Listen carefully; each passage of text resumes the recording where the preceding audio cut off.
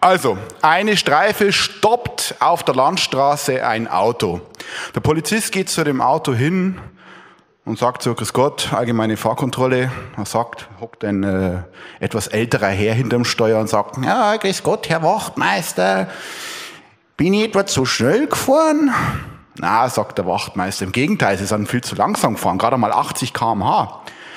Ja, aber Herr Wachtmeister, auf den gelben Schilder, da steht doch allerweil 85 drauf.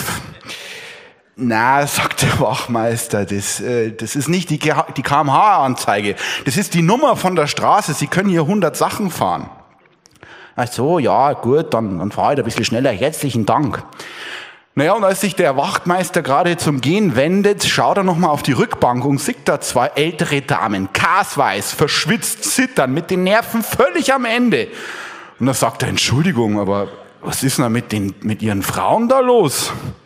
Ja, wissen's, die müssen sich noch erholen. Ich komme gerade von der B299.